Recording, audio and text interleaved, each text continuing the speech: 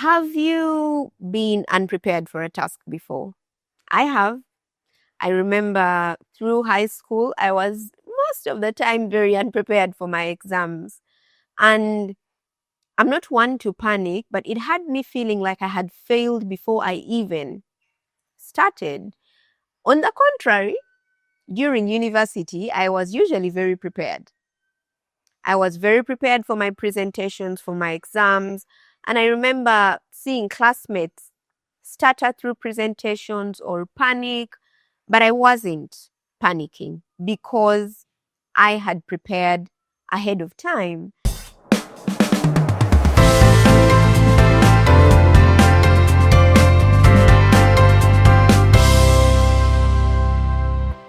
Now, today, when I thought to speak about preparation, I typed this in Google search, quotes on preparation. So I'm going to read these quotes, but do let me know in the comments which quote speaks most to you.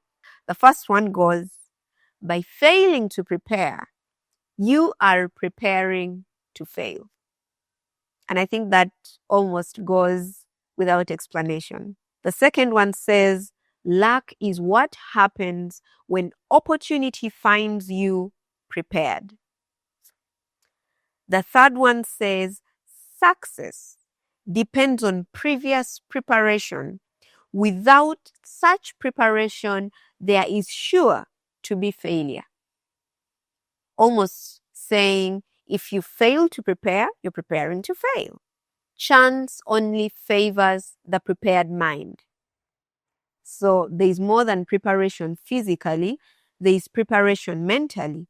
The next one says, the will to succeed is important, but what is more important is the will to prepare.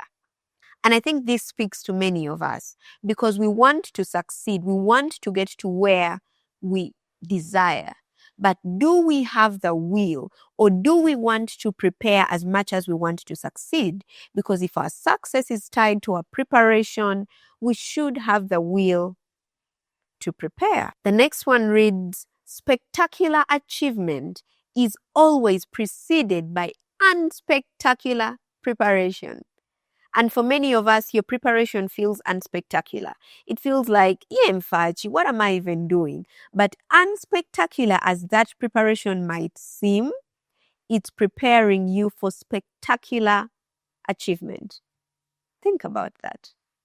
The next one reads, in preparing for battle, I have always found that plans are useless, but planning is indispensable. And this is one of the things that we'll focus on as we have the conversation on preparation. But in these quotes, you can almost hear the same thing. No preparation is a recipe for failure. Now, I want to draw you to a certain kind of preparation. Not the preparation that is about writing things on paper and saying, yes, I have prepared, but the kind of preparation that changes you. I know we've talked about vision and how good it is to have a vision and how important it is to write that vision down. We'll be able to actually link that video in the description.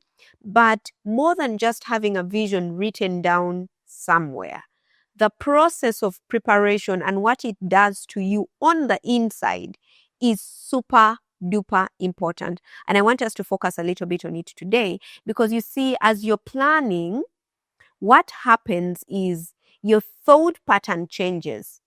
When you're planning for your future, you don't plan for a future that doesn't exist. You plan like that future is now. You step into your future and start planning from the future. That's really what happens. I hope that's what you guys do, because that's what I do. If, for example, I'm planning to run a multi-million-dollar company in the future, my preparation will not just look like what's the company name, what are the goals, and what's the mission, vision, what's the product that the company will be selling, what will the company be doing. No, my preparation will ask questions like, what does it look like to be the CEO of a multi-million-dollar company? How does that CEO think? What kind of people will I employ? What kind of relationships do I need to cultivate? And I will, in the present, start living and preparing for that future. If I'm going to employ certain people, I should be reading on the laws about employment, because I know I am preparing to employ them, such that when the time comes for you to employ those people, for you to take certain steps, you are prepared, not on paper, but in your mind, with your thought patterns, with your behaviors. There are ways CEOs behave. If you're preparing to be a CEO, there are daily habits you should have. There are thought patterns you should have. So your preparation is not just something you write on paper and put on a vision board and say, this is what I'm preparing for. It is something that changes who you are on the inside. There are decisions that you should plan to make when you become CEO. Those decisions shouldn't come as a surprise. There are sacrifices you should plan to make when you become a CEO. They shouldn't come as a surprise. You shouldn't be surprised that now you're torn between family and work.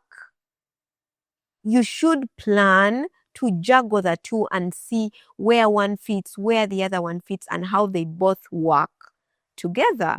Previously, we hosted Honorable Winnie Chiza, and she was sharing how being a leader a woman leader in politics, she's a wife, she's a mother, she's an in-law, she's a friend, she's a member of parliament for her constituency, and then she's the leader of opposition. But preparing for your future means you see all these things beforehand and you work out how they will work to make sure your future does not kill you. You've met people who fly and fall back down, and everyone is wondering, how did this person get here? Many a time they failed to prepare. They prepared on paper, yes, but they didn't prepare themselves. They didn't prepare their hearts. They didn't prepare their minds. They didn't prepare their thoughts, their attitudes, their behaviors. Nothing changed on the inside. So the same person they were 15 years ago is the same person they are 15 years later. And the truth is, the person you were 15 years ago cannot handle $1 million company. There are things about you that must change, that you must deliberately, as you prepare for your future, change. If you don't change those things, your future is going to find you unprepared.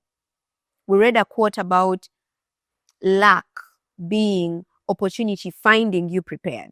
If opportunity finds you unprepared, you'll be stuck, really, like we've talked about before. You'll be right back in the past that you are trying to run away from.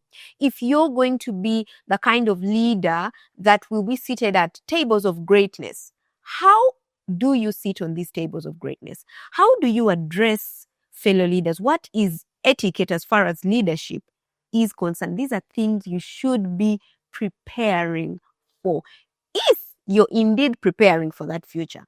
If this is just something where you want to write it down and say, oh yeah, this is the future that I want, this is the future that I want and I'm preparing for it, and you actually don't want to do the work, that's okay. This is not for you. But if you actually want to step into the kind of future you desire, you're going to have to prepare yourself and change who you are to suit that. That's what the preparation is about. Changing who you are now to suit who you should be in the future, such that when those opportunities come, they find you prepared. When people from different walks of life come, they don't find you tribalistic, because there's no way you're going to run multi-million-dollar companies when you're tribalistic. How? How are you going to employ people world over when you're focused on, I must employ people in my tribe, and your tribe maybe includes 3,000, 4,000 people? How does that work?